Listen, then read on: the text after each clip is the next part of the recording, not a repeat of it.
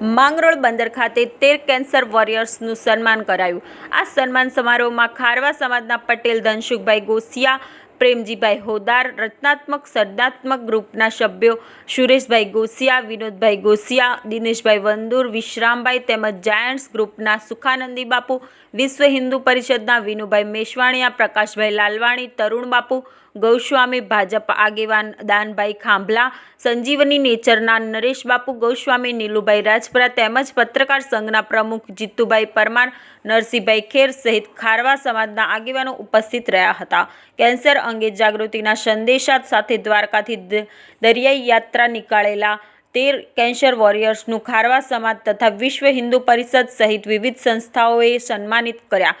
Cancer care foundation દ્વારા cancer અંગે જાગૃતતા ફેલાવવા અનોખું આયોજન, જેમાં 13 કેન્સર વોરિયર્સ દ્વારકાથી મધદરિયે કયાકિંગ કરી 250 કિમીનો દરિયો ખેડી અંતે સોમનાથ મંદિરે ધ્વજારોપણ કરી પોતાની યાત્રા પૂર્ણ કરશે। આ યાત્રાનો હેતુ કેન્સર પીડિતોને પ્રેરણાનું પ્રતીક આપવો છે કે કેન્સર પછી પણ સુંદર રીતે જીવન શક્ય છે।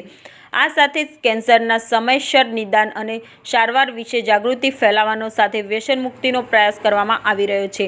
દરરોજ 25 થી 30 કિલોમીટર મધદરિયે સિંગલ હોડી ચલાવ્યા બાદ જે દરિયા કિનારે વિરામ લીધો હોય ત્યાં આસપાસના ગામોના લોકો યુવાનોને કેન્સર અંગે જાગૃતિનો સંદેશો આપતી આ કેન્સર વોરિયર્સની યાત્રાએ માંગરોળ ખાતે પહોંચતા ખારવા સમાજ દ્વારા ઉમળકાભેર આવકાર આપી તેમજ ઉતારાની તથા ભોજન વ્યવસ્થા કરાઈ તેમજ માંગરોળ વિશ્વ હિન્દુ પરિષદ, જાયન્ટ્સ ગ્રુપ, સંજીવની નેચર ફાઉન્ડેશન, રામધૂન મંડળ, પત્રકાર સંઘ સહિત વિવિધ સંસ્થાઓ દ્વારા પ્રેરણાદાયી પહેલ કરનારા આ 13 કેન્સર વોરિયર્સનું સન્માન કરી શુભેચ્છાઓ પાઠવવામાં આવી હતી। આવતીકાલે 4 જાન્યુઆરી કેન્સર ડેના રોજ સોમનાથ પહોંચી મહાદેવને ધ્વજા ચડાવીને તેઓની આ સફર પૂર્ણ કરશે। Reporter Vinubhai Meshvaniya, Mangrol. Cancer care foundation Rajkot અમે 13 કેન્સર વોરિયર 25 તારીખથી દરિયામાં કયાક દ્વારા કેન્સર અવેરનેસ માટે 4 ફેબ્રુઆરીએ વર્લ્ડ કેન્સર ડે નિમિત્તે 250 કિલોમીટરના પ્રવાસે નીકળ્યા છીએ દ્વારકાથી સોમનાથ સુધી। દરરોજના અમે એવરેજ 25 થી 30 કિલોમીટરનું અંતર કાપીએ છીએ દરિયાઈ પરિસ્થિતિ અને લેન્ડિંગ એરિયા મુજબ। અને આ દરેક વિસ્તારોની અંદર જ્યાં જ્યાં અમારું મુકામ થાય છે ત્યાં આજુબાજુના ગામડાની અંદર, શાળાઓની અંદર, ગ્રામ પંચાયત કે જે કોઈ મળે છે અમને સંસ્થાઓ, એ તમામની અંદર અમે સંદેશો આપીએ છીએ કેન્સર અવેરનેસનો। મેમોગ્રાફી, પેપ્સમિયર, HPV વેક્સિનેશન અને નશાબંધી, નશામુક્ત ભારત થાય, આપણો સમાજ નશામુક્ત બને, પાન, માવા, ફાકી લોકો છોડે અને કેન્સર મુક્ત જીવન જીવે એવું અમે ઈચ્છીએ છીએ। છતાં પણ કોઈને કોઈ સંજોગોની અંદર જો કેન્સર થાય તો કેન્સર પછીનું જીવન જીવવા યોગ્ય છે। કેન્સર એટલે મૃત્યુ કે કેન્સર નથી। કેન્સર પછી તમે આવી સાહસિક પ્રવૃત્તિઓ પણ કરી શકો છો।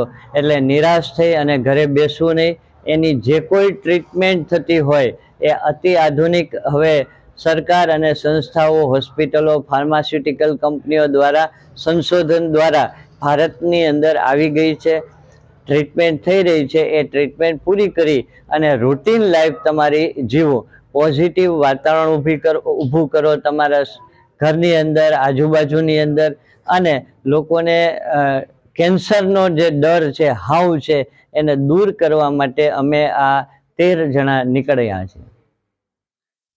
એટલે 4 ફેબ્રુઆરીએ વર્લ્ડ કેન્સર ડે નિમિત્તે અમે બધાને આમંત્રણ આપીએ છીએ।